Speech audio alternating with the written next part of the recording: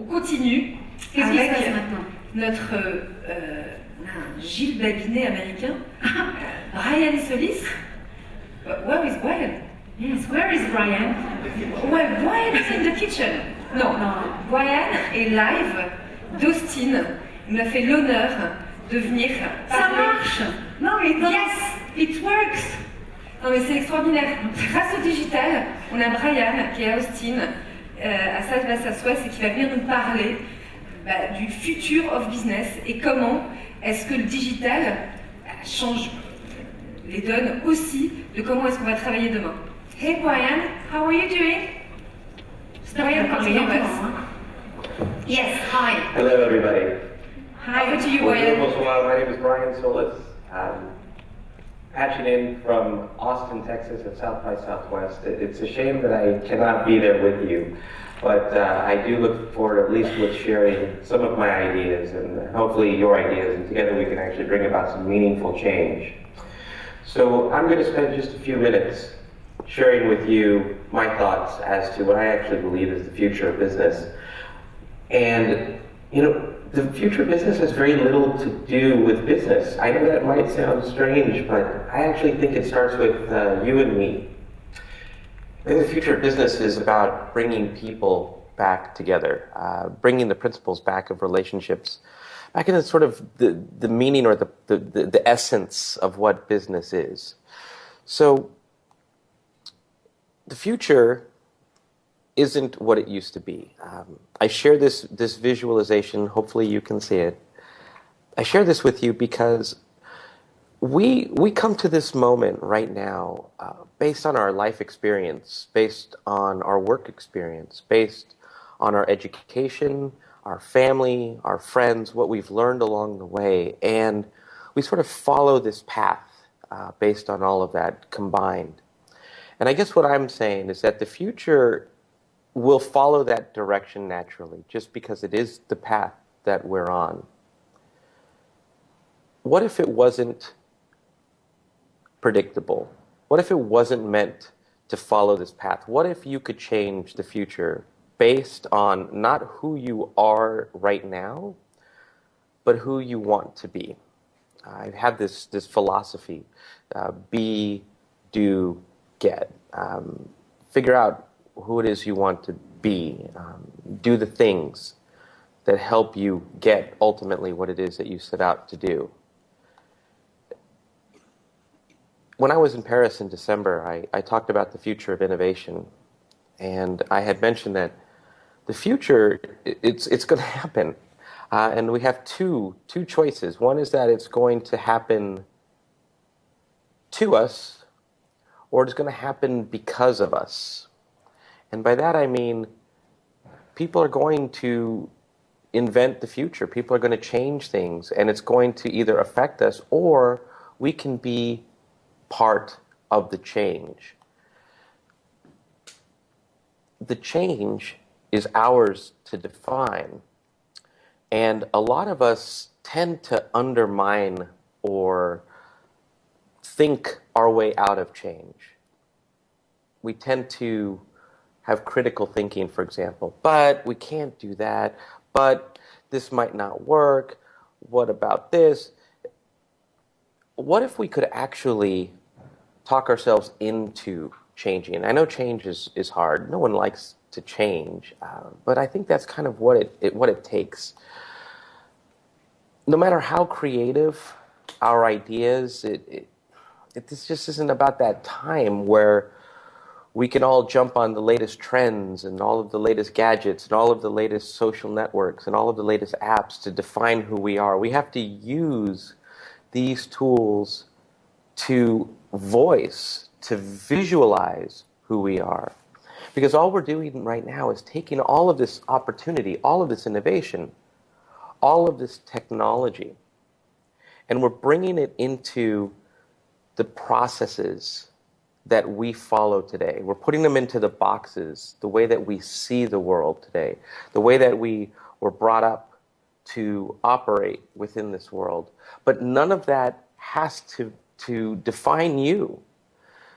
That's how things were. What if we could just start over? what would be different about who you are and what you're setting out to do? And that's what I guess I'm saying, is that if we do not set out to define a new future, if we do not set out on a new path, if we do not take our experience but try something new, if we do not move in a new direction, then we are moving in an old direction with new ideas, and that's not going to work. This is one of my favorite quotes from Leo Tolstoy. Everyone thinks of changing the world, but no one thinks of changing themselves. I think it's incredibly powerful when you can actually start with you, when you can realize what it is that you're trying to do, what impact you want to have, not just on society or the world of business, but to your neighbor on your left and on your right, your neighbor before you, behind you. When you walk outside of this conference, the people around you, what is that change? And what does change look like starting with you?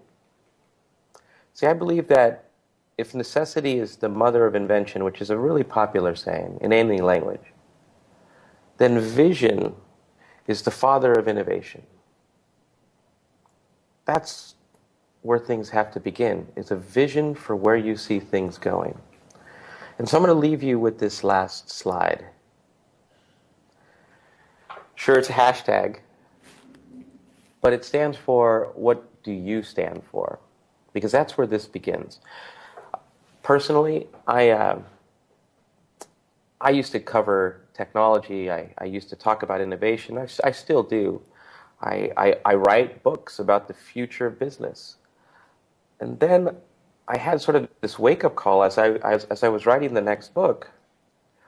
I almost wanted to restart the entire project, and I still might. Because I didn't answer this question, what do you stand for? I needed to think about that. Who am I? What am I trying to do? What is my place in this world? What is this change that I'm fighting for? And not only how does it affect me, but what is the role I play in this? What is the role I want to play in this? And when you start asking yourself some very interesting questions, when you start to challenge yourself of what do you stand for, what do you represent, you actually start to find the answers. And I think that's what's inspiring me right now, is that going through this process of self-discovery is allowing me to better understand the impact that I want to have in the world. It's allowing me to reset what my goals are. And starting with vision and starting with purpose, I guess that's what I'm asking you to do, is define that. Where do you want to be? And what do you stand for? Because if you can answer that, if you can feel that, then everyone around you will feel that. It's very contagious. It's very inspiring, and I think that's what the world could use a little bit more of now, is people who believe in something, really feel it, and therefore we can unite together around that common vision and that common purpose. I think that building relationships back into business, building a sense of community back into business, putting people and purpose back into business, back into everything, makes things matter a little bit more. Well, hopefully a lot more. And that's what I want to leave you with today, is this sense of purpose, this sense of vision is yours to define. Figure it out, and we will follow you. So thank you so much for your attention. Thank you so much for having this conference. It's such an important topic, such a great amount of speakers, and also a great audience. I hope to see you in Paris very soon. Au revoir.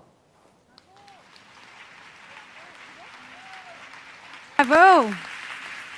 Bravo, Brian. Est-ce qu'il peut m'entendre, non?